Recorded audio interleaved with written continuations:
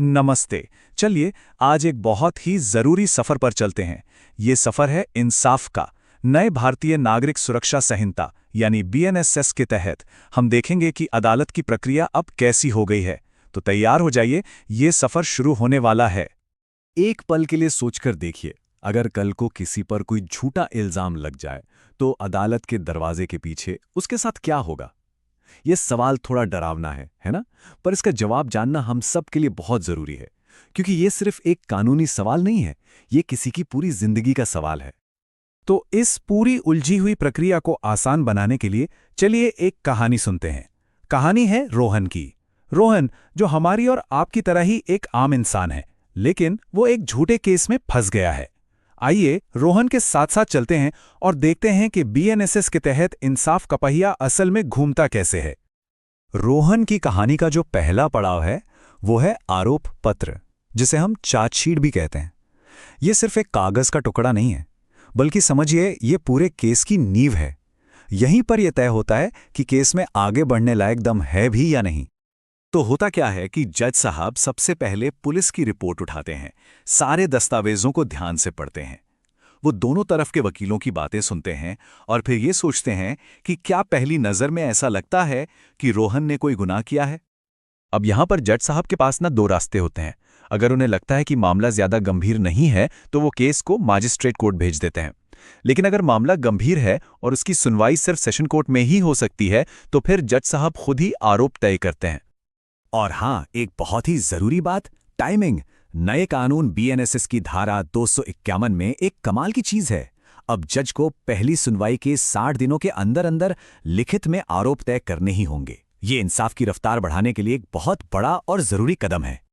जैसे ही आरोप तय हो जाते हैं, उन्हें रोहन को पढ़कर सुनाया जाता है और अच्छे से समझाया जाता है। और पता है सबसे अच्छी बात क्या है? अब जमाना बदल गया है तो कानून भी बदल रहा है। ये सब कुछ अब सिर्फ अदालत के कटघरे में ही नहीं, बल्कि वीडियो कॉल पे भी हो सकता है। तो अब कहानी में आता है एक बड़ा ट्विस्ट, एक ऐसा मोड़ जहां रोहन के सिर्फ एक जवाब पर सब कुछ टिका होता है।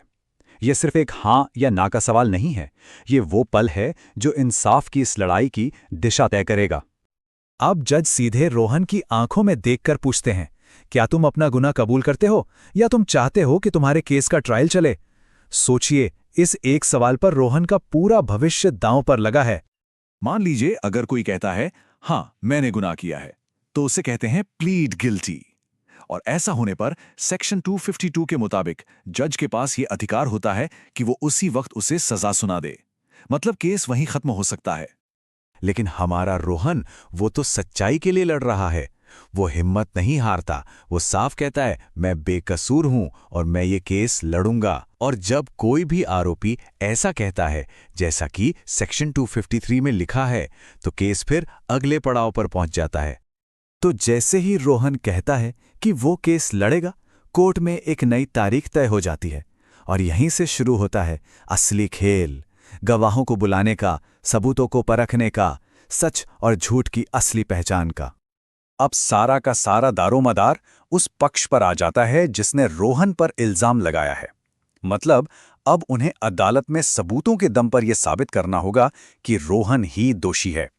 यहीं से केस का सबसे जरूरी और दिलचस्प हिस्सा शुरू होता है। तो ये सबूत पेश करने का भी एक तरीका होता है जो सेक्शन 254 में बताया गया है।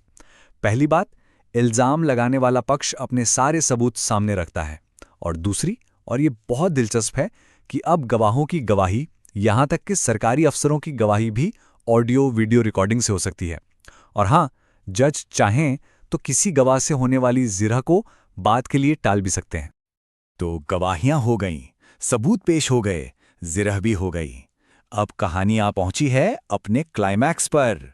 वो पल जिसका सबको इंतजार था, फैसले की घड़ी। क्या रोहन को इंसाफ मिल पाएगा? अब सेक्शन 255 के तहत जज साहब इंसाफ के तराजू के दोनों पल्लड़ों को देखते हैं। एक तरफ सारे सबूत, गवाहों के बयान, दूसरी तरफ रोहन की बातें और दोनों वकीलों की आखिरी दलीलें। हर चीज को बहुत ध्यान से तौला जाता है। और जब जज को ये लगता है कि इल्जाम लगाने वाले पक्ष के पास कोई भी ठोस सबूत नहीं है जिससे यह साबित हो सके कि आरोपी ने ही गुनाह किया है, तो वो एक आदेश देते हैं बरी करने का, जिसे अंग्रेजी में एक्विटल कहते हैं।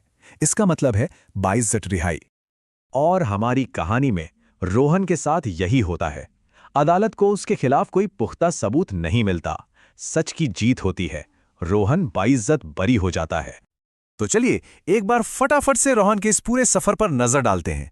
पहला कदम सेक्शन 251 के तहत उस पर आरोप तय हुए। दूसरा कदम सेक्शन 253 में उसने कहा मैं बेकसूर हूं। तीसरा कदम सेक्शन 254 में सबूतों और गवाहों की पूरी जांच हुई। और चौथा और आखिरी कदम सेक्शन 255 के तहत उसे इंसाफ मिला और वो बाइज्जत बरी हो गया। तो देखा आपने, रोहन की ये कहानी सिर्फ एक कहानी नहीं है। ये हमें सिखाती है कि हमने सिर्फ कानून की प्रक्रिया नहीं सीखी, बल्कि ये भी समझा है कि अगर हमें अपने अधिकारों की जानकारी है तो यही कानून हमारी सबसे बड़ी ढाल बन सकता है। तो हमेशा याद रखिए, कानून को जानना सिर्फ वकीलों का काम नहीं है, ये हम सब की, हर नागरिक की ताकत है। जब हम अपने अधिकारों को, इन प्रक्रियाओं को जानते हैं, तो हम ज्यादा मजबूती से खड़े रह सकते हैं। इसलिए जागरूक रहिए और सुरक्षित रहिए।